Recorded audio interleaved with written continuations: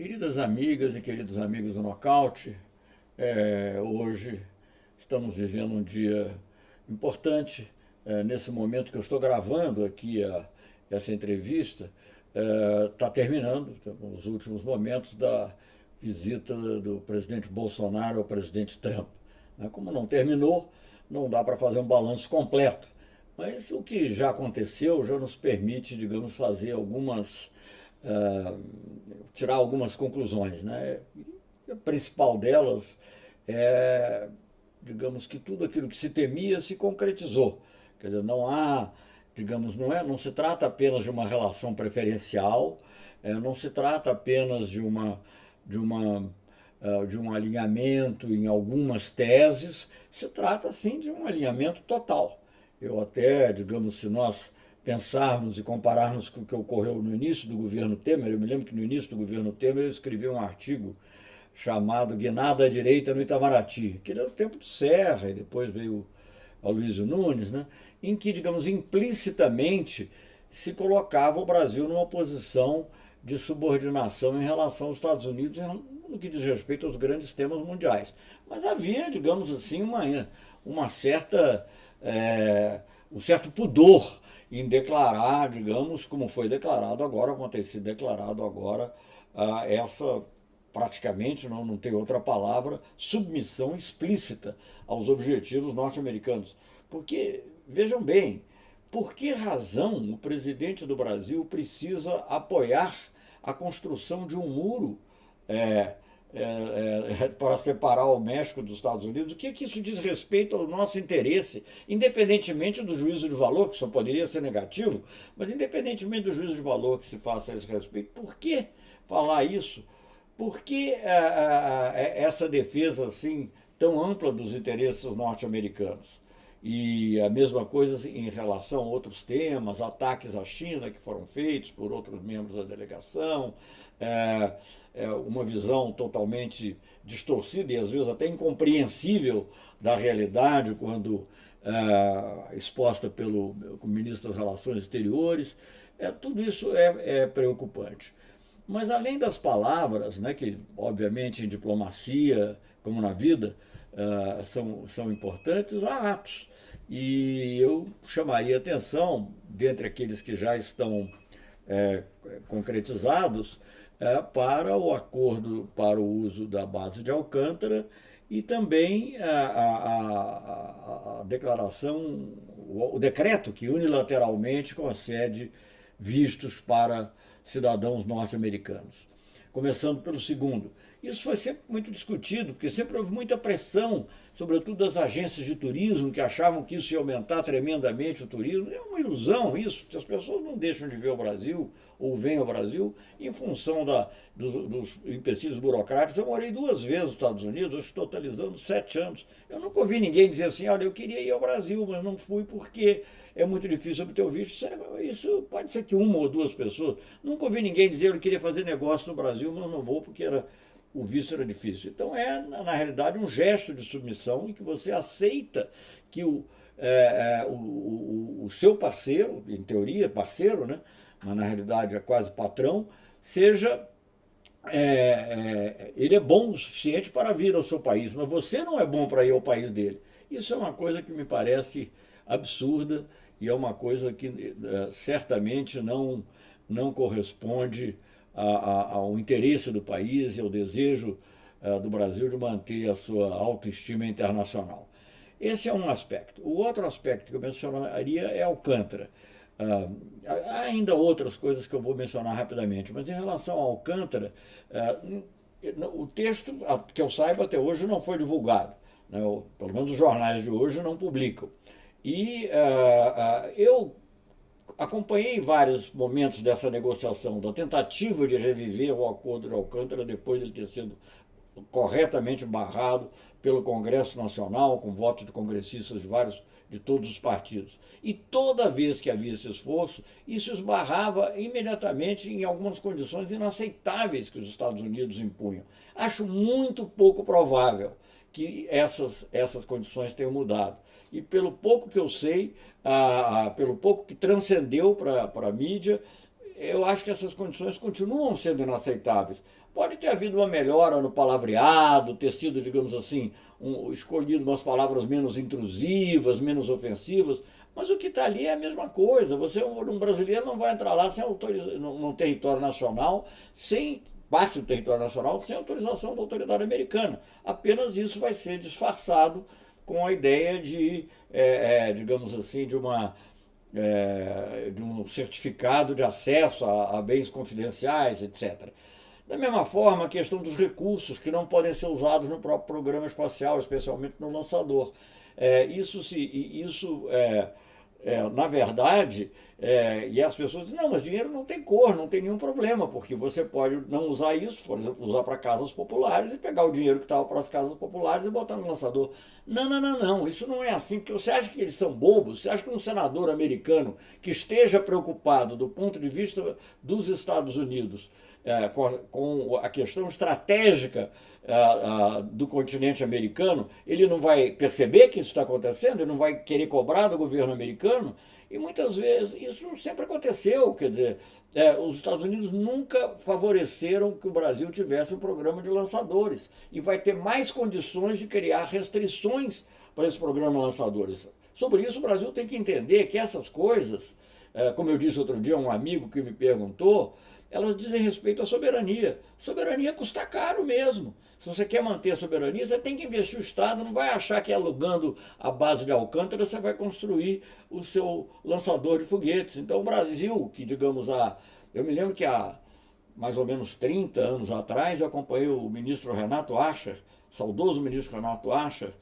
a China, quando nós lançamos as bases do acordo que permitiu a construção de satélites conjuntos. E na época se considerou, por que não a Índia? E nós achamos que a China estava muito mais avançada e que na realidade o Brasil estava mais avançado que a Índia. Só que a Índia hoje já lançou foguete a Marte, nós continuamos arrastando o pé, avançamos na tecnologia, mas faltaram recursos para terminar o lançador.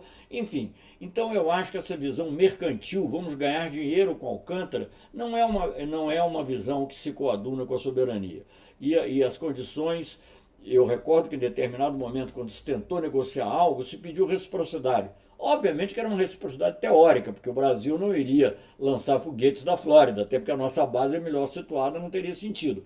Mas era para ter, digamos assim, tá bem, então vamos formalmente, pelo menos, ter um equilíbrio no acordo. Os americanos não aceitaram, o que prova, desde já, que a cláusula em si é inaceitável. Mas aqui no Brasil tudo se aceita.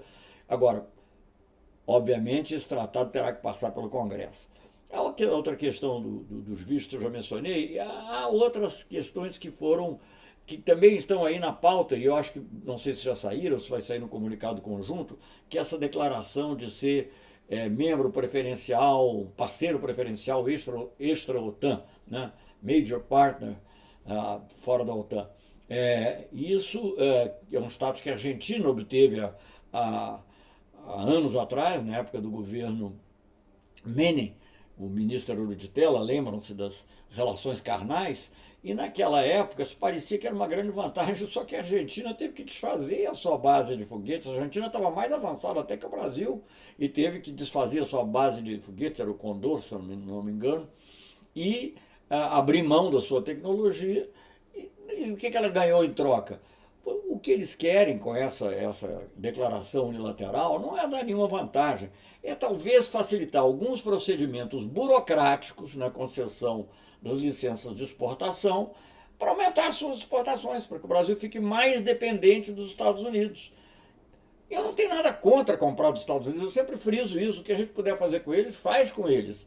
A maioria das coisas que a gente não faz com eles é porque eles não querem, eles não deixam.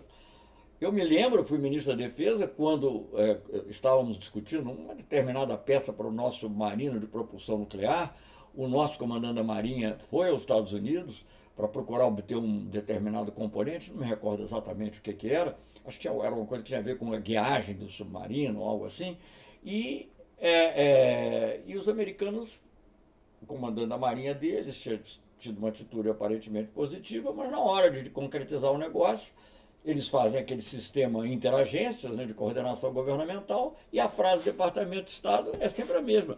Os Estados Unidos não favorecem, que é contrário, evidentemente, porque os Estados Unidos não favorecem o programa do submarino nuclear brasileiro. Da mesma maneira que quando você queria uma peça para o nosso lançador, o nosso programa espacial, vinha a mesma frase: os Estados Unidos não favorecem o programa brasileiro de um lançador de satélites. Então, gente, vamos deixar de ser ingênuo. Isso aí é uma submissão, é uma total entrega do nosso interesse à defesa norte-americana. Eu não sei se eles, quando forem defender, se eles vão pensar mais no interesse deles ou no interesse nosso. Eu queria, a propósito, dizer, eu li rapidamente, de modo que não aprofundei, mas fiquei muito interessado na frase do presidente, do ex-governador Alckmin, quando ele disse: está na hora do nosso presidente pensar menos no interesse dos outros e pensar mais no interesse brasileiro. Isso é que eu acho que é muito importante.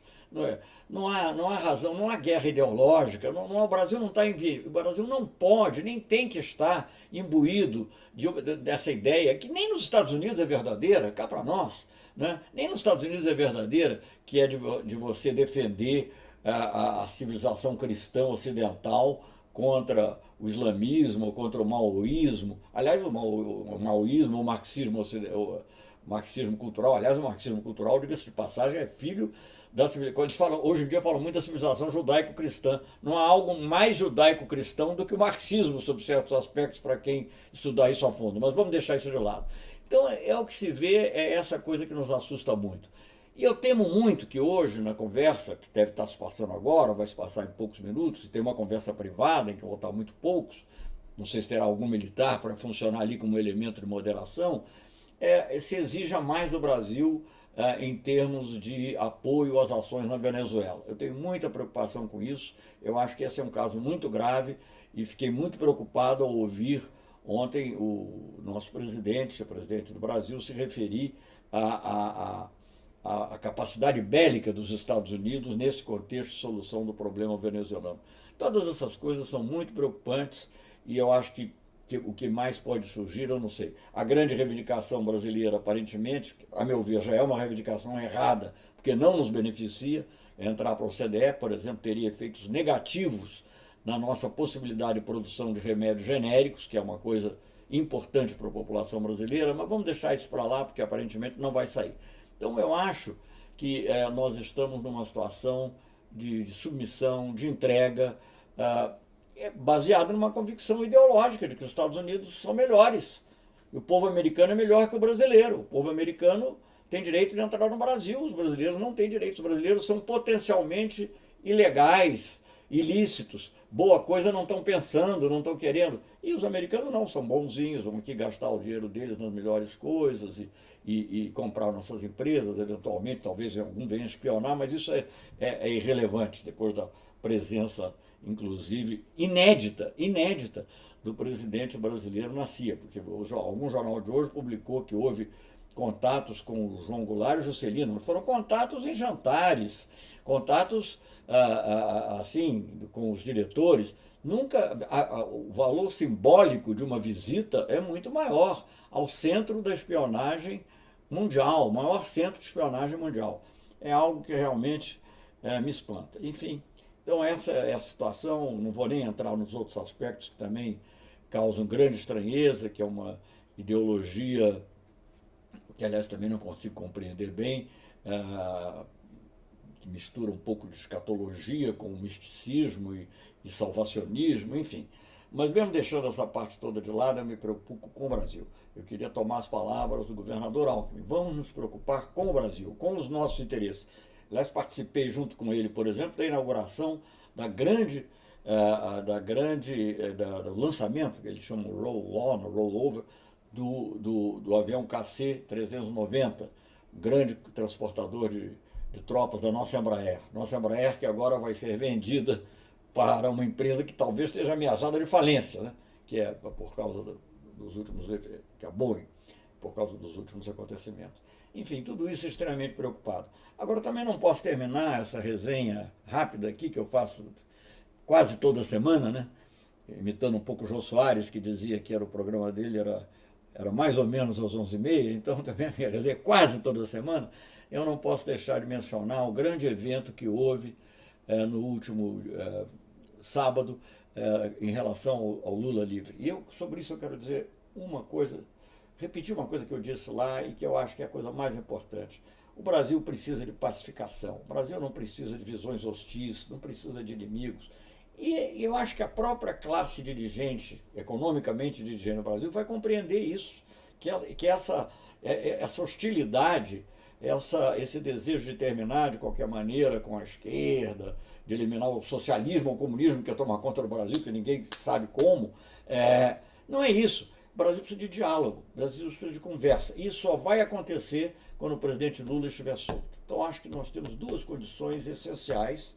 Não vou poder desenvolver esse tema todo agora, mas eu quero dizer, um é a liberdade do Lula e o outro é a plena apuração, sem prejulgamento. Eu acho que todo mundo tem que ter a presunção de inocência, mas a apuração plena da morte da Marielle. Eu acho que essas duas questões são as que definirão para o mundo, é o que eu ouço de fora, que definirão para o mundo se o Brasil é ou não um Estado democrático. Pode até continuar o governo aí discutir com as teses dele, mas Lula solto, Lula participando das negociações, Lula articulando e justiça sendo feita, apuração sendo completada no caso da Marielle.